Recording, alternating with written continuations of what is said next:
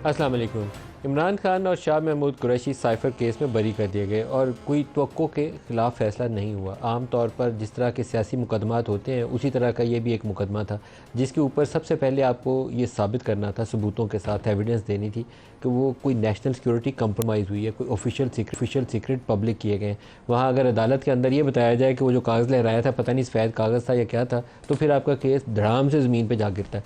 तो 3 केस जिसमें इमरान को सज़ाएँ हुई थी, साइफ़र, इद्दत वाला और तोशा खाना, तीनों का अंजाम इससे मुख्तलिफ होने का कोई इम्कान नहीं है। तीनों का अंजाम यही होना है कि तीनों ने रद्दी की टोकरी में जाना है। आज जाएँ, चाहे साल बाद जाएँ या 6 महीने लगा के जाएँ, अंजाम यही होगा। इमरान खान क्या फ़ौरन बाहर आएंगे? अगर आप मेरे से पूछें एज ए जर्नलिस्ट, तो मुझे इसका फ़ौरी तौर पर कोई इम्कान नज़र नहीं आता। उन्हें साल 6 महीने भी जेल में गुजारने पड़ेंगे। एक केस में निकलेंगे तो दूसरे में काबू आ जाएंगे। एक केस चल रहा है, गद्दारी वाला मामला चल रहा है, अभी केस तो नहीं शुरू हुआ। बहुत बेहतर होगा कि हुकूमत भी और इस्टेब्लिशमेंट भी गुरेज करे उस तरफ जाते हुए। उससे नफ़रत फैलती है, पोलराइजेशन होती है। जिस चीज़ से नफ़रत फैले ना, उससे कोसों दूर भागना चाहिए।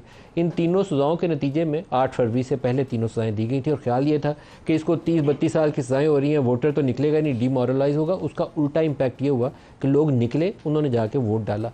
इसके बावजूद कि किसी के पास कोई प्लेट था, किसी के पास चिमटा का निशान था, किसी के पास जूते का निशान था, किसी के पास बैंगन का निशान था, बल्ले का निशान के ऊपर पाबंदी थी, पार्टी की रजिस्ट्रेशन मनसूख थी, इसके बावजूद पीटीआई के लोगों को वोट डाला। तो नतीजा ये निकलता है कि इस्टेब्लिशमेंट अपने आप को जदीद दौर के तकाज़ों के मुताबिक ढाले। ये सोचे कि हम अगर मैनेजमेंट करनी है, पोलिटिकल मैनेजमेंट भी, तो उस तरीके से करे कि ये लोग समझ लें। किसी ज़माने में IGI बनवाई गई थी, तो IGI के वक्त ज़माना और था, ना आपके पास TV चैनल थे, ना आपके पास सोशल मीडिया था। तो जो भी चीज़ बना के पेश की जाती थी वो बिक जाती थी। अब वो नहीं बिकती है। वो जो बच्चे सोशल मीडिया पे सारा दिन ट्विटर, यूट्यूब और ये चीज़ें इस्तेमाल करते हैं, वो ज़्यादा इन्फॉर्म्ड हैं और ज़्यादा इक्विप्ड है अंडरस्टैंड करने के लिए। उनके डिसीजन मेकिंग जो है उसको आप असरअंदाज होने की कोशिश करें तो आपको उससे बेहतर होना पड़ेगा। ये नहीं हो सकता कि आप किसी जज के ऊपर असरअंदाज होकर कोई फ़ैसला ले लें और ये सोचें कि साइफ़र में तो इमरान को 10 साल की कैद होगी, बस कम हो गया। कम नहीं, उससे मुक्केगा। आपको अपने आप को जदीद दौर के मुताबिक बनाना पड़ेगा। और ये पोलिटिकल इंजीनियरिंग के एक टूल्स हैं, जैसे नवाज़ शरीफ के ख़िलाफ़ इस्तेमाल किए गए थे। नवाज़ शरीफ के ख़िलाफ़ पनामा केस था, उसको इकामा पे डिस्क्वालीफाई कर दिया लास्ट टाइम। अब बाबा रहमते से बंदा पूछे कि अब वो इकामा वाला केस कहाँ गया? इकामा के ऊपर लाइफ टाइम डिस्क्वालिफिकेशन एक इलेक्टेड प्राइम मिनिस्टर की हुई थी। तो ये वाले तरीक़ाकार से हमें पाकिस्तान को आगे ले जाना है, जिससे हम कमज़ोर हो रहे हैं इंटरनली ना, हम कमज़ोर होते जा रहे हैं। बड़ी सियासी जमात PTI है और PTI को हमने पाबंदी लगा दी, बल्ले का निशान ले लिया, उसकी रजिस्ट्रेशन ख़त्म कर दी कि तुम्हारे पोल्स ठीक नहीं है।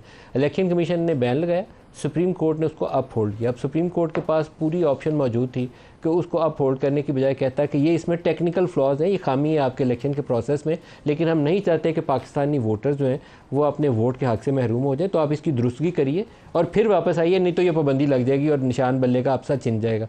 वो काम नहीं किया सुप्रीम कोर्ट ने। आज जस्टिस अतर ननीला वो बात बोल रहे हैं जो मैं कई दिनों से, कई हफ्तों से बोल रहा हूँ कि ये मौका दिया जाना चाहिए था, क्योंकि आप वोटर से उसका हक़ छीन रहे हैं, उसको डिसइनफ्रेंचाइज कर रहे हैं, नहीं करना चाहिए आपको। तो ये काम पहले अगर सुप्रीम कोर्ट कर लेती तो उससे बचा जा सकता था।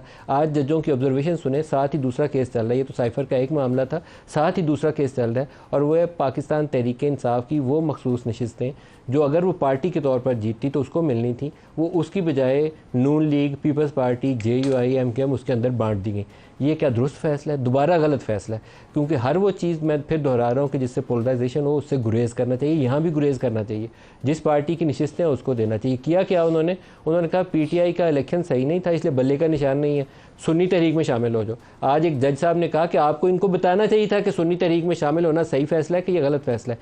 आज जज बोल रहे हैं सारे, लेकिन क्या ये आज से पहले नहीं बोला जा सकता था? मेरे सामने ये जजों के लिए भी एक सवाल है। 13 रुकनी आज बेंच बैठा है, वहाँ बैठ के ये वो बातें कर रहे हैं जो दुरुस्त बातें हैं, लेकिन ये बातें 8 फरवरी से पहले हो जाती तो कितना ही अच्छा होता। हम इस खलफशार से बच जाते जिसके अंदर आज है। जिस जमात को जितने वोट पड़े हैं उसी के हिस्से में वो आने चाहिए थे, किसी दूसरे के हिस्से में नहीं आने चाहिए थे। मखसूस नशिस्तें भी प्रोपोर्शनल बेसिस पे जिसकी आती हैं उसी को मिलनी चाहिए। ये नहीं हो सकता कि वो PTI के तो बल्ले का निशान नहीं है इसलिए वो बाकी जमातों में बांटते, नहीं हो सकता। ये लोग कबूल नहीं करेंगे। लोग वोट देते हैं, वो ये पार्लियामान मुंतखब करते हैं, उसी की बुनियाद के ऊपर ही सिस्टम बनता है। उसको अगर हम कहीं से टेम्पर करने की कोशिश करेंगे तो ये टूट जाएगा, सारा कुछ चलेगा नहीं आगे। आपको मैं वो जो आज जजेस के बयानात हैं वो सुनाता हूँ, आपको अंदाज़ा होगा कि जो आज जजेस बात कर रहे हैं, अगर ये 8 फरवरी से पहले इनमें से कुछ एक ने ऐसी बातें की होती तो आज पाकिस्तान के हालात क्या होते। सबसे पहले आपको जस्टिस अतर ननीला साहब का एक बयान है वो सुनाता हूँ। बयान नहीं है बल्कि उनकी ऑब्जर्वेशन है जो कोर्ट के प्रोसीडिंग्स है, तो हम रिकॉर्ड कर सकते हैं, तो आपको दिखाता हूँ क्या कहा। SIC ने अप्लाई किया अपने नाम से, अगर उनसे गलती भी हुई थी, इलेक्शन कमीशन की ड्यूटी थी कि उसको दुरुस्त कर लेते। If they can recognise SIC as a political party, that is a contradiction, but here Pakistan Tehreek-e-Insaf had contested as a political party and it was entitled to its seats. अगर ये बात हो जाए फिर तो आपका तो केस ही खत्म। You are nobody, these seats belongs to PTI, not to you. और ये ड्यूटी थी इलेक्शन कमीशन की। ये टेक्निकलिटीज और इनके जरिए उस आवाम को नहीं, उनके हक नहीं लिए जा सकते थे। that is the spirit of Article 17. Yes. The people should not have suffered. They should not have been disenfranchised. आवाम ने किसी इंडिपेंडेंट को वोट नहीं दिया था। आवाम ने उस कैंडिडेट को वोट दिया था जिसको एक पार्टी सपोर्ट कर रही थी। तो ये पार्टी को अगर सपोर्ट करी तो ये कैंडिडेट उस पार्टी के थे, आपके नहीं थे। जस्टिस अतर और जस्टिस मंदोखेल दोनों की ऑब्जर्वेशन हैं जो अभी आपने सुनी, बड़े क्लियर कट ऑब्जर्वेशन हैं, हर एक को समझ आ जाती है, कोई मुश्किल भी नहीं है, स्किल भी नहीं है, इसके अंदर कोई ऐसी कॉम्प्लिकेशन नहीं है कि हम इस चेक को उससे मिला के बढ़ेंगे, बड़ी स्ट्रेट फॉरवर्ड ऑब्जर्वेशन है। इसके साथ जस्टिस मंसूर को मिला लें और भी आसान हो जाएगा काम। ECP ने है कि वही पॉलिटिकल पार्टी है जो 51 में जिसका जिक्र है, तो ECP ideally would have said sorry you can not join Sunni Ittehad because it is not contested election, but they did not do that, they allowed them to join. एक तो ECP ने मान लिया कि आपने पॉलिटिकल पार्टी ज्वाइन कर ली। ECP should have refused the application earlier of joining, so they had 3 days to join some other party. Those 3 days lapsed. 3 दिन गुजर गए, उसके बाद उन्होंने कहा सॉरी अब आपको हम पॉलिटिकल पार्टी इसको तो रिजर्व सीट्स नहीं मिलते। तो आपसे पूछना ही चाह रहे हैं कि was there any option available with the candidates to say okay had you refused this to me earlier कि इस पॉलिटिकल पार्टी को मैं नहीं ज्वाइन कर सकता तो फिर मैं किसी और के पास चला जाता, आपने तो मुझे ज्वाइन करवा दिया। अब मैं अपना हक लेने आया हूं रिजर्व सीट्स का, तो आप कहते हैं आप पॉलिटिकल पार्टी नहीं है। What do you say on this? And if suppose they want to then for 3 दिन तो गुजर गए, तो फिर ऑप्शन दिया जाए कि go ahead, okay sorry we made a mistake now. अब इन जजों की ऑब्जर्वेशन सुनने के बाद आपको कोई भाम नहीं रह जाएगा कि वो क्या कह रहे हैं। बहुत सादा सी ज़बान में उन्होंने बात समझाई है और आई होप कि हमें समझ आ जाए। तो हमने ये जो सिस्टम के अंदर एक एनॉमली क्रिएट की है, मैं ख़ुद कह रहा हूँ कि इसको एनॉमली क्रिएट की है, बल्ले का निशान लेके पार्टी को रहने देते इंतखाबात के अंदर, जिसकी जो सीटें थी आने देते, और फिर रिज़र्व सीटों की बंदरबांट करके इसको हमें किसी ना किसी तरीके से इस्लाह करनी है ताकि निज़ाम आगे चले। जो शुरका है आज के प्रोग्राम में हमारे साथ आबिद शेर अली साहब हैं, सीनियर रहनुमा है PMLN से, इसके अलावा रियासत अली आज़ाद साहब हैं, सदर हैं इस्लामाबाद हाई कोर्ट बार के, और वलीद इकबाल साहब हैं पाकिस्तान तहरीक-ए-इंसाफ के सीनियर रहनुमा। सबको खुशामदीद कहता हूँ। आबिद साहब, साइफ़र केस आपका रद्द-ए-अमल। देखिए जी, नदीम मलिक साहब, तासर आम है लोगों में कि अदलिया में PTI के लिए नरम गोशा रखा जाता है, क्योंकि माजी में यही जज साहिबान थे। नवाज शरीफ की केसेस, इनकी बेल 1.5-2 साल तक लगती नहीं थी। हमारे पे मंशियात के केस डाले गए, हम अदालतों में रुलते थे। यही मुअज़्ज़ज़ जज साहिबान उन्हीं अदालतों की सीटों पर बैठे थे जब मुस्लिम नून को रिलीफ नहीं मिलता था। वही कवानीन थे, वही आइन था, वही रियासती बशिंदे थे। नवाज शरीफ बेटी के लिए 2-2, 3-3 साल तो हमें अदालतों में सुना नहीं जाता था। ये जो मुअज़्ज़ज़ जज साहबान है, मेरी बहुत मैं रिस्पेक्ट करता हूँ इन सब की। तो ये हाई कोर्ट इस्लामाबाद, ये हम तो इन्हीं में रहे। आपको याद होगा कि नवाज शरीफ की बेल नहीं सुनी जाती थी। क्या नवाज शरीफ गैर मुल्की बाशिंदा था? उनके लिए कवानीन नहीं बोलते थे, उनके लिए लॉ नहीं बोलता था? क्या वो कोई प्रेशर आता था कि भाई नवाज शरीफ का केस नहीं आपने लगाना? ये मलिक साहब, ये ठीक आइन की और ऑब्जर्वेशन हम एहतराम करते हैं, लेकिन उस वक्त एहतराम कहाँ था जब नवाज शरीफ को नहीं सुना जाता था? क्या नून लीग के निशान नहीं छीने गए? क्या नून लीग की वो 2 साल की मेहनत आपसे छीनी नहीं गई? क्या उस वक्त ये चीज़ें आंखें बंद थी? क्या उस वक्त आइन सो रहा था? क्या उस वक्त अदालतें सो रही थी जब हमारे कायदीन को आप बगैर किसी केस के आपने एयरपोर्ट से अरेस्ट किया? नवाज शरीफ साहब खुद आए, मरीम नवाज शरीफ साहब के साथ, वो खुद आए यहाँ पर अपने केस, उनको एयरपोर्ट से आपने अरेस्ट कर लिया और पूरी फोर्स के साथ आपने अरेस्ट किया, फिर बाप को किसी और जहाज़ में भेज दिया, बेटी को किसी और जहाज़ में भेज दिया, और इलेक्टेड प्राइम मिनिस्टर को मुल्क के यहाँ से पकड़ के आप लेकर जा रहे हैं। उस वक्त ये कवानीन कहाँ थे? मैं इन्हीं अदालतों में जाता था, ये मुअज़्ज़ज़ जज साहिबान थे, मैं इनकी चीज़ें सुनता था। जब नवाज शरीफ साहब की वो लेफ़्ट ओवर कर दिया करते थे, सुनते नहीं थे चीज़ें। कहने का बात ये है कि आइन कानून जो अब आप कह रहे हैं, उस वक्त कहाँ पे खड़े थे? आप ही के हाथ में कलम की जुम्बिश थी, आपने ठाड़ करके नवाज शरीफ को 1 सेकंड लाइफ टाइम के लिए डिस्क्वालीफाई कर दिया। किस बेस पर आपने किया? क्या मुझे आप कोई आइन की शक बता दें कि इस तरह? बात ये है, ये एक डॉसियर होता है जिस पर एक मरासले लिखे जाते हैं मुल्कों के दरमियान। आप बीइंग प्राइम मिनिस्टर आप उसको लहरा रहे हैं, और आप क्या इन मुअज़्ज़ज़ जज साहबान ने वो ऑडियो लीक जो आज़म खान की, तो वो सुनी नहीं थी? क्या मैं वो बोल रहा था कि इसको एज ए धमकी आप इस्तेमाल करें? आप इसका मतलब है कि इमरान खान के लिए खुला मैदान है कि वो मुल्क तोड़े, वो मुल्क के खिलाफ बात बयानियाँ बना दे, जो मर्जी कर दे, आप उसको 7 खून माफ़ कर दें। फिर मलिक साहब, अल्लाह के वास्ते जितने भी बेचारे मासूम जेलों में सड़ रहे हैं ना जी, उन सबको छोड़। अच्छा, उनका किसी का आज़ाद कोई कसूर साहब, नहीं है। साइफर केस पे आपका लीगल पॉइंट ऑफ व्यू जी, उसमें सबसे बड़ी बात है, चूंकि कानून शहादत ये कहता है कि he who allege he will prove. अगर मैं कहता हूँ कि इसने सीक्रेट लॉ की, सीक्रेट एक्ट के तहत जो है कोई ऑफेंस किया है, कोई वायलेशन की है, या मैं किसी को कहता हूँ इसने चोरी की है, तो he who allege he will prove, मुझे साबित करना है। ओनस ऑफ प्रूफ मेरे शोल्डर पे, बर्डन ऑफ प्रूफ मेरे शोल्डर पे। मैंने उसको beyond the shadow of doubt, prosecution की जिम्मेदारी है कि वो उस केस को साबित करे। मैं समझता हूं कि जिस प्रोसिक्यूशन ने इस केस को कंटेस्ट किया, उसको 21 तोपों की सलामी होनी चाहिए कि जिस साइफर का केस बनाया है, आपने अपनी एविडेंस में उसको प्रोड्यूस ही नहीं किया, वो एग्जिबिट ही नहीं हुआ। इसका मतलब ऐसे आप मिसाल के तौर पर एक बंदे को गोलियां मार देते हैं, वो बड़ा ब्रूटली इंजर्ड हो जाता है, उसका डॉक्टर MLC बनाता है, और जब आप एविडेंस करवाते कि इसको ये इंजरी आई, ये इंजरी आई, वो मेडिकल एविडेंस आप कोर्ट में पेश ही नहीं करते, तो क्या जज ज़बानी कलामी उसको सजा दे देगा? सबसे बड़ा टेक्निकल ग्राउंड इसके अंदर ये था। और तीसरी बात ये था कि जिस तरीके से आपने ट्रायल किया, एक तरफ तो हम कहते हैं ना डिले जस्टिस, डिनाई जस्टिस, दूसरी तरफ ये भी हम कहते हैं कि रश जस्टिस, क्रश जस्टिस, और हरी जस्टिस, बरी जस्टिस। आपने 342 के अंदर जब मुल्जम ये कहता है, आर्टिकल 10A कॉन्स्टिट्यूशन ऑफ 1973 ये कहता है कि उसको फेयर ट्रायल का मौका दे, अब वो एविडेंस देना चाहता है, और 342 के अंदर अगर मुल्जम शहादत देता है तो उसके अंदर अगर वो हथकड़ी में है तो उसका ऑन ओथ नहीं स्टेटमेंट होता। अगर वो डिफेंस में एविडेंस पेश करना चाहता है तो फिर सेक्शन 340 है CRPC का, उसके तहत उसको एविडेंस देने का मौका देना चाहिए था। प्रोसिक्यूशन पता नहीं कैसे भंग पी के सोई हुई थी। मैं कहता हूं माजरत के साथ कि देखें, जब ये ट्रायल हो रहा था, मैं एक जज साहब ने आज क्या कहा? उन्होंने कहा कि 1:30 बजे बयान रिकॉर्ड किया और शाम को मैं यही आज कर रहा हूं, ये उसके अपने कौंसल है और प्रोसिक्यूशन उनको अपने वकील दे रही। ये आर्टिकल 10A का तो जनाजा निकाल दिया आपने।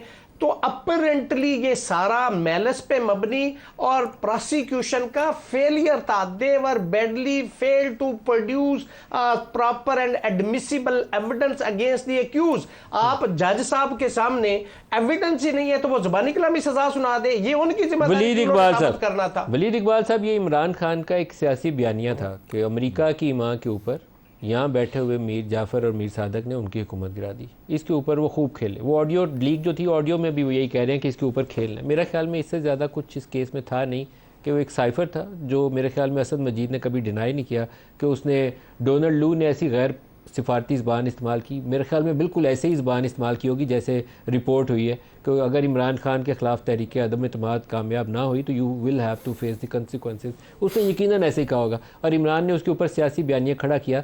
लेकिन ये जो सज़ा थी ये अजीबोगरीब थी, 10 साल नेशनल सिक्योरिटी कंप्रोमाइज़ करने पर। आज फैसला हुआ, इसका असर क्या देखते हैं, क्या होगा पाकिस्तान तहरीक इंसाफ के साथ और इमरान खान के साथ? क्या रिहाई मिलेगी?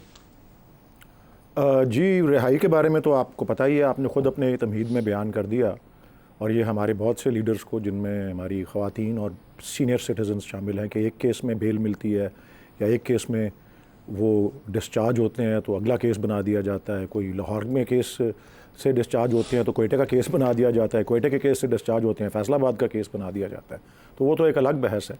लेकिन मैं ये ज़रूर कहना चाहूँगा कि अभी आबिद शेर अली साहब के पास जब शमअ महफिल थी, उन्होंने केस के मेरिट पे एक लफ्ज़ भी नहीं बोला।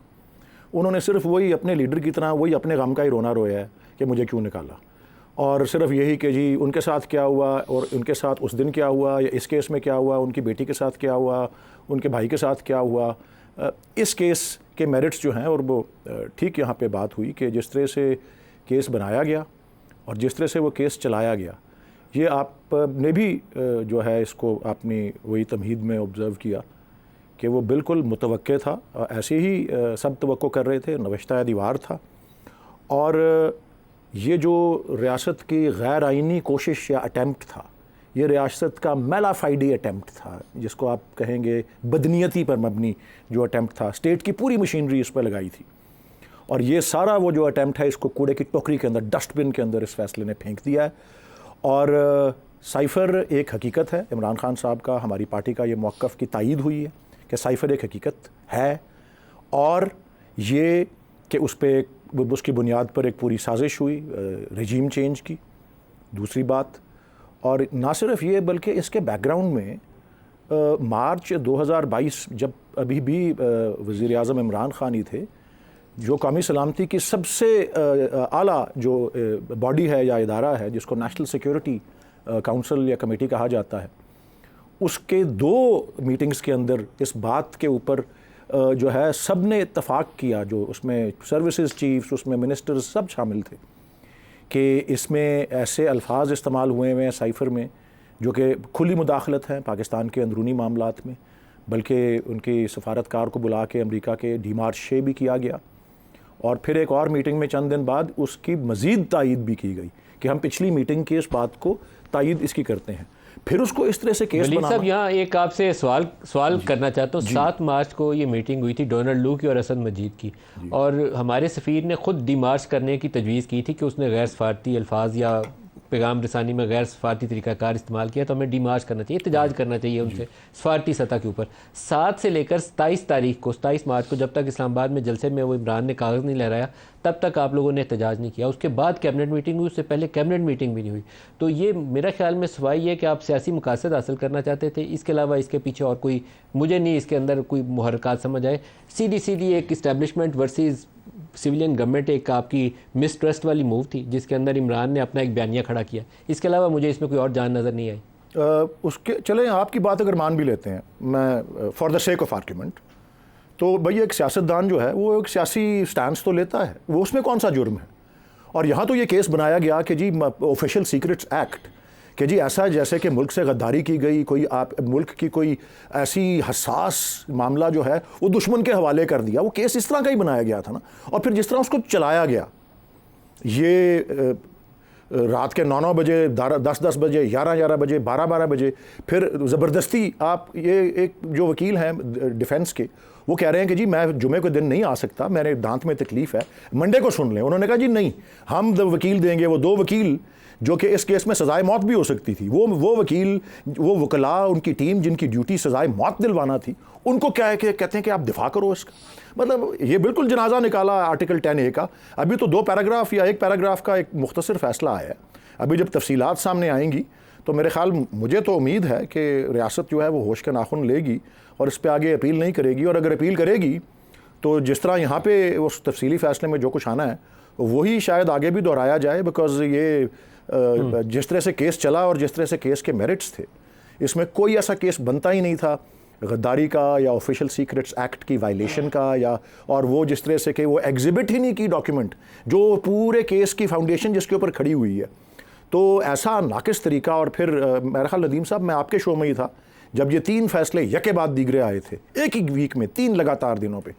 और यही बात मुझे याद भी पड़ता है कि मैंने कहा था कि ऐन मुमकिन है, और हुआ भी वही, कि बजाय इसके कि वोटर्स डिमोरलाइज हों, ये वोटर्स को और इश्तियाल में ला के और गुस्सा दिला के ऐसे नताइज लाएगा सामने जो कि एक सरप्राइज़ हो सकते हैं। और फिर 8 फरवरी से 1-2 दिन पहले भी मैंने ये कहा, और यही हुआ। अल्लाह ताला का शुक्र है, यही हुआ। पाकिस्तान के वोटर्स और पाकिस्तान, मैं दोबारा आपकी तरफ आता हूँ। आप साहब, आबिद साहब से भी पूछ लें। आबिद साहब, जो रिज़र्व सीट्स वाला केस है वो लाइव आप पूरी है, उसके अंदर जजेस ने आज जो रिमार्क्स दिए हैं, जस्टिस अतर ने, जस्टिस मंदोखेल ने और जस्टिस मंसूर अली शाह ने, वो एक्चुअली इसकी रूह बयान करते हैं कि हुआ क्या है पाकिस्तान में 8 फरवरी से पहले और आज तक जो कुछ हो रहा है।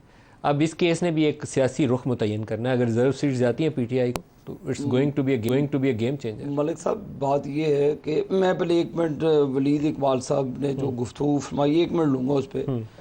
मुझे समझ नहीं आती कि फिर यहाँ तो ये मान रहे हैं वलीद इकबाल साहब की इनकी हुकूमत फिर अमेरिका ने बनवाई थी। जो इनके इत्तेहादी थे वो फ़लस्तीन से तो आए नहीं थे मलिक साहब, पाकिस्तान से ही वो MQM थी, जो जमातें थी। अगर वो इनसे उतरते तो अमेरिका ने कर दिया, अगर वो इनके साथ होते हैं तो वो इनकी अपनी क्रेडिबिलिटी। ये वलीद साहब बताएंगे ये मोहतरम कि वो MPs कैसे उठाए गए वो लोगों को, वो फिर अमेरिका ने वो आपकी वो हुकूमत बना ली। फिर ये भी मान लें वो ये बात को, ये मीठा मीठा हप हप और कड़वा कड़वा थू थू करते हैं और ये मुल्क को मजाक इन्होंने हर चीज़ में बनाया। ये मुझे बताएं फिर वलीद इकबाल साहब, क्या इनकी हुकूमत फिर अमेरिका ने बनवाई थी? क्या वो इत्तेहादी फिर इत्तेहादियों को लाने के लिए अमेरिका का जनरल फैज़ हमीद पर प्रेशर था कि जी आप नवाज शरीफ को ख्याल में जो JKT के जहाज़ में लोग चढ़ते थे वो बनी गाला पहुंचे थे, वो कौन बैठाता था? वो फैज़ हमीद। सारा काम वही करते, सारे वो करते थे, असेंबली वो चलाते थे, सेनेट का चेयरमैन बनाते थे। उस वक्त ये वलीद इकबाल साहब, संजरानी साहब को किसने चेयरमैन बनाया? इनके संजरानी साहब को किसने चेयरमैन बनाया? और इनके बड़े मोहतरम हैं, पता नहीं ये मैं अब इनके जातियात भी नहीं जानना चाहता। संजरानी साहब को किसने चेयरमैन बनाया? ये जनरल फैज़ हमीद ने। सारे काम उसने किए। पूछे इनसे, बड़ा बाकमाल चेहरा। ये मैं इनसे पूछे ना जी, जो असेंबली उनके कहने पर चलती थी वो इमरान खान ने खुद कहा। ये इनके लीडर ने कहा कि हमने तो कुछ किया नहीं, हमने जो करना होता था फैज़ हमीद साहब को कह देते थे, वो सारा मैनेज करते थे। मैंने तो नहीं कहा, इनकी लाएं इमरान खान की स्टेटमेंट्स। मलिक साहब, ये कोई ये चूही बिल्ले का तो खेल नहीं है कि आप आंखें बिल्ली की तरह बंद कर लें, कोई अच्छी चीज़ है और जो आपके ख़िलाफ़ हो तो आप आंखें खोल के बैठ जाएं, ऐसी बात नहीं है। अब बात आप रिजर्व सीट की कर रहे हैं। ब्रेक करीब आ गई, ब्रेक ले आपसी पे ये रिजर्व सीट्स वाले मामले को भी डिस्कस करते हैं। हमारे साथ रहिए।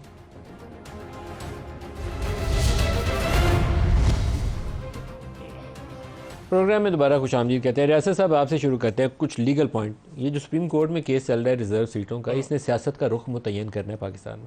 आपको क्या लगता है? आज 3 जजों की ऑब्जर्वेशन बड़ी पावरफुल है। मैं पहले भी इस पे बात कर चुका हूँ कि ये जो सीटों वाला इशू है ना, इसको इर्रेगुलरिटी कहा जा सकता है, इलीगैलिटी नहीं कहना चाहिए था। जैसे कि आज जजेस साहबान के रिमार्क्स भी थे कि जी इलेक्शन कमीशन सोया हुआ था जब ये ज्वाइनिंग दे रहे थे। दूसरी बात ये है कि ये कहाँ पे प्रोवाइडेड, अगर आप इलेक्शन रूल्स की बात करते हैं तो क्या इलेक्शन रूल्स कॉन्स्टिट्यूशन से अबव है? अगर कॉन्स्टिट्यूशन के अंदर आपको ये दिया गया है कि जितनी सीटें लेके आएंगे as per quantum of your seats, आपको सीटें जो है एलोकेट की जाएंगी पार्लियामेंट के अंदर, ये तो प्रोवाइडेड है वहां पे। अगर आपको नहीं दी जा सकती तो क्या किसी और कानून के अंदर या कॉन्स्टिट्यूशन के अंदर ये प्रोवाइडेड है कि आप ये सीटें किसी गामे ताजे को, जैद बकर को आप दे दें? नहीं प्रोवाइडेड। तो अल्टीमेटली ये एक इर्रेगुलरिटी साबित होगी, इलीगैलिटी नहीं होगी। चूंकि जो वोट, आपके ख्याल में फिर ये सीटें कहाँ जाएंगी? पीटीआई को जाएंगी? यस, सुन्नी इत्तेहाद काउंसिल को जाएंगी। उसकी रीजन ये है, ये देख लेना, उसमें रीजन ये है कि देखें वोट देना मेरा जो है ना, मैं एक कैंडिडेट को देख के वोट डाल रहा हूं कि ये किस पॉलिटिकल पार्टी का या एक आज़ाद उम्मीदवार है, इसको कौन सी पॉलिटिकल पार्टी सपोर्ट कर रही है तो मैं उसको देता हूं। वोट देना मेरा लॉयल्टी टुवर्ड्स स्टेट है। आप मेरा वोट किसी और को दे देते, आपने मेरी लॉयल्टी चेंज कर दी है। ये तो मेरा being a voter, this is a right of every citizen of Pakistan के जिसको मैं दूं उसी को वोट जाए और उसी का क्वांटम ऑफ वोट के मुताबिक उसको सीट्स मिलनी चाहिए। ये in the interest of justice. Parliamentary democracy के अंदर जो एक वोट है वो बुनियाद है आपके पूरे सिस्टम। बिल्कुल, अगर आपने उसको खत्म कर दिया, उस बुनियाद को हमने छेड़ा तो ना पार्लियामान है ना आपकी कॉन्स्टिट्यूशन। फाउंडेशन, ये जो वोट है that is foundation of democracy, that is foundation of your parliament. तो आप अगर वोट लेके आ रहे हैं और आपकी डिस्क्रिप्शन कहां पे, मुझे बताएं ये किस लॉ के तहत, किस क्राइटेरिया के तहत आप एक पॉलिटिकल पार्टी जिसको वोट मिला, जिसको सीट्स मिली, उसकी सीट आप किसी और को किस लॉ के तहत दे सकते हैं? Dispensation of justice. वलीद साहब, ये बहुत ही बड़ा फैसला होने जा रहा है, ये छोटा फैसला नहीं होगा। सियासी तनाज़ात वो जो बाकी हैं इमरान खान के, वो भी इंपॉर्टेंट है, लेकिन ये आपकी पार्लिमान के अंदर कंपोजिशन चेंज करेगा और सियासत का एक रुख बना देगा। आपको क्या लगता है कि सुप्रीम कोर्ट किस तरफ जा रही है? आज जो ऑब्जर्वेशन थी वो तो सुन के मुझे एक रुख मुतय्यन होता हुआ नजर आ रहा है। जी, मैं इस बारे में कुछ मोहतात ही रहूँगा, क्योंकि अभी केस शुरू ही हुआ है और अभी तक एक साइड की आर्ग्यूमेंट्स ही सामने आ रही हैं और मकालमा जो जजेस और लॉयर का आपस में होता रहता है उसका ज़रूरी नहीं होता कि वो फिर हतमी तौर पे फ़ैसले में भी आ जाए। लेकिन इसकी समत जो है, इसका रुख जो है, वो बिल्कुल मुझे ऐसा ही लग रहा है कि आपने तो कहा कि वो सियासत के उसको बदल सकता है। मैं तो समझता हूँ हमारे आइन, मेरी अपनी राय में एज ए लॉयर ऑल्सो, ये हमारी समत आहिस्ता आहिस्ता आज के इस हेयरिंग के बारे में भी और साइफर फैसले के बारे में भी मुझे लग रहा है कि हम आइन की बालादस्ती की तरफ हमारी समत जो है वो और मजबूत फुटिंग पे जो है वो जा रही है। अब मैं इस पर 2-3 और भी अल्फाज जुमले बोलना चाहूँगा, लेकिन वो आप आबिद शेर अली साहब को आप सवाल कुछ करते हैं, वो किसी टेंजेंट पे चले जाते हैं, फिर मेरी भी मजबूरी बन जाती है। अब आपने पहला सवाल किया तो उन्होंने जजेस को अटैक करना शुरू कर दिया। जब साइफर केस की बात हुई उन्होंने जजेस को अटैक करना शुरू कर दिया और नवाज शरीफ साहब के साथ जो हुआ उसका रोना शुरू कर दिया। हालांकि सारे केसों में उनको नवाज शरीफ के साथ भी तो गलत हुआ है ना, आपको भी कहना चाहिए नवाज शरीफ के साथ गलत हुआ, आपको भी ये कहना चाहिए। उसके बाद ये देखें कि उनको रिलीफ भी किस तरह से मिली, इसी अदलिया से, इन्हीं जजेस से, जिसके ये तनकीद का निशाना अपने पहले सवाल के जवाब में बनाते रहे। आपने दूसरा सवाल किया ये इस केस के बारे में, ये जो मखसूस नशिस्तों वाला है, तो इन्होंने शुरू कर दी बात कि जी जहांगीर तरीन के जहाज़ की बात शुरू कर दी। अगर यहाँ पे जाना है तो फिर मैं शुरू कर दूंगा कि जी मियां नवाज शरीफ पंजाब के वज़ीर ख़जाना किस तरह बने थे, फिर उसके बाद CM किस तरह बने थे, फिर उसके बाद IJI किसने बनाई थी, कौन थी, आपको याद है किसने IJI बनाई थी? एलानिया। कौन साहब थे वो हमीद गुल साहब थे ना जिन्होंने IJI बनाई थी। फिर air marshal Asghar Khan case के अंदर क्या उनके बारे से मंसूब किया गया मियां नवाज शरीफ साहब के बारे में। उसके अलावा जब बेनज़ीर भुट्टो साहिबा पर वोट ऑफ नो कॉन्फिडेंस हुआ तो ओसामा बिन लादेन तक से वो माली इमदाद लेते रहे। तो चले, मैंने कहा ना वो टेंजेंट पे जाएंगे तो फिर मेरी मजबूरी बन जाएगी। मैं आना चाहता हूँ ये जो केस है मखसूस नशिस्तों वाला, इसमें बिल्कुल ये टेक्निकलिटीज़ के ऊपर ये बात आज हुई है। मैं एक छोटी सी बात अपने तरफ से नोट करना चाहता हूँ जो मैंने महसूस किया। मुझे बड़ी एक तरह से प्लेजेंटली एक सरप्राइज भी हुआ, खुशी भी हुई देख के कि जज साहिबान का अदब और शायरी की तरफ कैसा शगफ़ है कि मिर्ज़ा गालिब के मिसरे भी कोट हुए और उनकी तरफ से, और अल्लामा इकबाल का भी एक मिसरा इस्तेमाल हुआ। एक मौके पे उन्होंने कहा हज़ारों ख्वाहिशें ऐसी, जज साहब ने कहा कि हर ख्वाहिश पे दम निकले। और फिर एक मौके पे वकील साहब जो हैं उन्होंने कहा कि जी हमको कहा कि बल्ला हमसे छीन लिया और हमें कहा जाके बैटिंग करो। तो एक जज साहब ने कहा कि मोमिन है तो बेतेग भी लड़ता है सिपाही। लेकिन हमारा मौक़िफ़ इसमें बड़ा क्लियर है जी कि इसमें 2 बातें हैं इस केस में। एक तो ये मखसूस नशिस्तें क्या SIC की बनती हैं या नहीं बनती, वो एक तरफ है, और किसी वजह से अगर नहीं बनती तो क्या वो एलोकेट हो सकती हैं तो other parties over and above जो उनकी प्रोपोर्शनल रिप्रेजेंटेशन में फिक्स्ड नंबर लिखा हुआ है। भाई आपने अगर 50 या 60 नंबर का पर्चा किया, आपने उससे ज़्यादा के सवाल ही नहीं किए और सारे सवाल ठीक किए लेकिन 60 नंबर के किए, आपको 70 नंबर किस तरह मिल सकते हैं उस पर्चे के अंदर? ये हुआ है इसके अंदर माले गनीमत की तरह, जिस तरह इन पार्टीज़ ने आके, पॉलिटिकल पार्टीज़ ने पार्टी बन के, और इलेक्शन कमीशन ने उनको मौका दिया, 3 दिन बैठे रहे इस पर, फिर मौका दिया कि आप भी पार्टी बन जाएं। और बाय द वे वो बड़े कॉन्फिडेंट हैं। फारूक एच नाइक साहब से मैं मिला हूं जब, मेरे कॉलीग, तो वो कॉन्फिडेंट है, उनकी आर्ग्यूमेंट्स भी सुनेंगे। ब्रेक भी है, लेकिन आज किसी ने, वलीद साहब, किसी सियासी जमात ने ये नहीं कहा कि ये नशिस्तें जो वापस आप PTI को दे दें। उन्होंने कहा नहीं ये ठीक है, हम इसको अपोज कर रहे हैं। ब्रेक ले लें, हमारे साथ रहिएगा।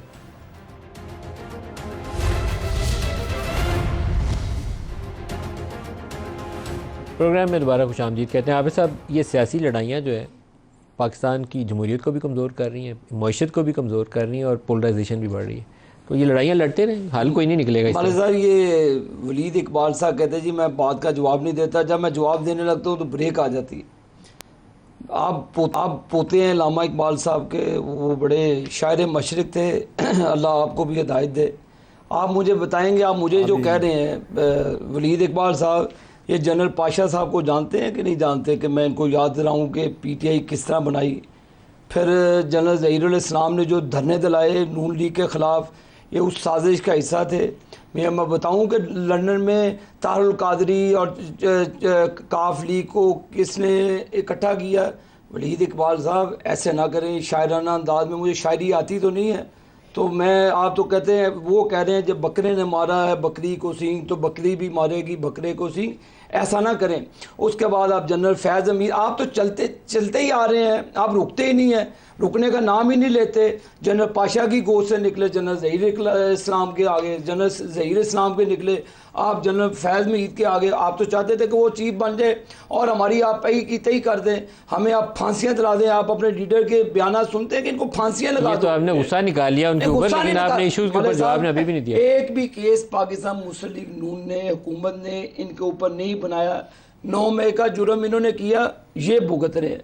जो जुर्म हमने बताए कि इनके साथ किया क्या, ये तो हमसे जाती तौर पे करते थे। सीटें दे दें इनको पीटीआई वालों को इनकी। ये आप लोग सीटें लेके मजे कर रहे हैं, पीटीआई की सीटें रिजर्व आपको मिली हैं। मलिक साहब, अपनी वाइफ की जो जनाजे को कंधा नहीं दिया, मेरी ज़िंदगी का बहुत बड़ा रिग्रेट है। ये सियासत की नज़र होती है, ये इन लोगों के अज़ाइम थे जो हमने भुगते, लेकिन हम गिला नहीं लाते, शिकवा नहीं करते। लेकिन ये जो रिज़र्व सीट की बात कर रहे हैं, ये फिर कहेंगे जी आबिद शेर अली गोल कर गया।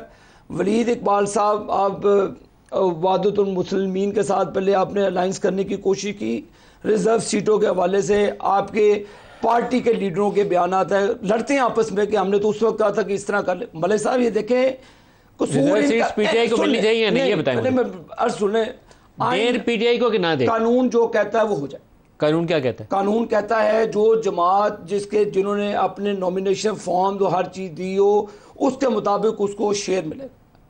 मैं आइन और ये नहीं आप सिंपैथी ले लेंगे, वो तो फिर सुप्रीम कोर्ट पीटीआई को दे देगी। पीटीआई ने भरी थी सीटें। सुप्रीम कोर्ट ऑनरेबल 13 जज साहिबान बैठे फैसला करते हो, वो सबके लिए आगे प्रेसिडेंट बन जाएगा। वो लेकिन आपने किस कानून के तहत आपस में बांट ली थी? वो कौन सा कानून? थोड़ी बांटी हैं, वो तो इलेक्शन कमीशन से जाके आप जाके उनसे ये पूछे कि ये कैसे हो। कोई ऐसे कानून की शिक है जिसके नीचे सीटें बांटी साहब, जब आप इन्होंने जो अभी जमात सुन्नी इत्तेहाद ज्वाइन की है, मैंने तो नहीं इनको कहा था कि आप पहले सुन्नी इत्तेहाद के प्लेटफॉर्म पे इलेक्शन कर लेते। इनको अपने आप पे इत्मीनान नहीं था, इनको एतबार नहीं था कि ऐसा हो जाएगा। अब हो गया जैसा भी हुआ। अब आइन और कानून के मुताबिक, आइन और कानून, छोटा जवाब देना। 1900 ये जो 70 वाला इलेक्शन था, उसके बाद भी जब ये तकसीम का रौला शुरू हुआ तो अनफॉर्चुनेटली 160 सीटें थी जो उधर से अवामी लीग ने जीती हुई थी। तो जनरल याहिया ने बाद में स्क्रूटनाइज करके कई सीटों पे उनको उड़ा दिया था लोगों को, और फिर वो बांट दी। कोई नून को दे दी, नून लीग तो नहीं थी उस वक्त, मुस्लिम लीग के ग्रुप थे, धड़े थे, उसको दे दिए। कोई जमात इस्लामी को दे दी, कोई किसी को दे दी। वो वाला तरीकाकार अभी भी सीटों की तकसीम में दुरुस्त नहीं है। वो तब भी गलत था, आज भी गलत है। वी हैव टू से इट कि दुरुस्त नहीं है। बिल्कुल ठीक आप कह रहे हैं। मैं आपकी लेकिन कानून की शिक कौन सी? देखें, कानून की शिक देखें, इलेक्शन जो रूल्स है उसके अंदर ये प्रोवाइडेड है कि जी क्वांटम ऑफ सीट जो है ना, जितनी आप ले के आते उस हिसाब से प्रोपोर्शनेट करके आपको सीटें दी जाएंगी। लेकिन ये उन पॉलिटिकल पार्टीज के लिए जो जीत के आएंगी, लेकिन उनकी जीती हुई सीटें किसी और को देने के हवाले से कोई कानून नहीं, कोई शिक नहीं है। तो वो कैसे दे? वो देखिए इल्लीगल है। इल्लीगल है, बिल्कुल इल्लीगल। मैं कह रहा हूं, मैं देखे ना, ये मैं इसलिए कि चूंकि ना कॉन्स्टिट्यूशन के अंदर प्रोवाइडेड है, ना इलेक्शन रूल्स के अंदर ये प्रोवाइडेड है। आप देखें, जिसको जो वोट मिला है, जिसका राइट था, आपने आज जैसे जजेस साहबान के रिमार्क्स भी सुन लिए कि जब वो 3 दिन के अंदर आपने पॉलिटिकल पार्टी को ज्वाइन करना था, आप आजाद जीत के आए, वो ज्वाइन कर रहे हैं। इलेक्शन कमीशन को नहीं पता कि वो किसको ज्वाइन कर रहे हैं, वो मना कर देते कि जी इनको आप ज्वाइन नहीं कर सकते, ये तो इलेक्शन ही नहीं लड़ के। इलेक्शन कमीशन क्यों मना करता? जिधर मर्जी जाए, आप जिधर मर्जी जाए। ना, इट वाज देयर ड्यूटी। आपने उस कैंडिडेट को जो जीत के आया उसको आपने उसका राइट देना है। वो देखे आ रहा है, उसको गाइड करना इलेक्शन कमीशन की जिम्मेदारी है। उसकी रीजन ये है कि मेरा एक राइट है ना कि मैं आ रहा हूं। मैं एक सवाल करता हूं जल्दी से। जनरल मुशर्रफ के दौर में जब पीपल्स पार्टी पार्लियामेंटेरियन बनी, उनको मखसूस सीटें क्यों नहीं दी गई? फिर वो भी तो पीटीआई और पीपल्स पार्टी से निकल के, नून लीग से निकल के टाइम खत्म हो गया। फिर दोबारा इसको डिस्कस करेंगे। आप शेर अली साहब, रियासत अली आज़ाद साहब, वलीद इकबाल साहब, सबका बहुत शुक्रिया। आज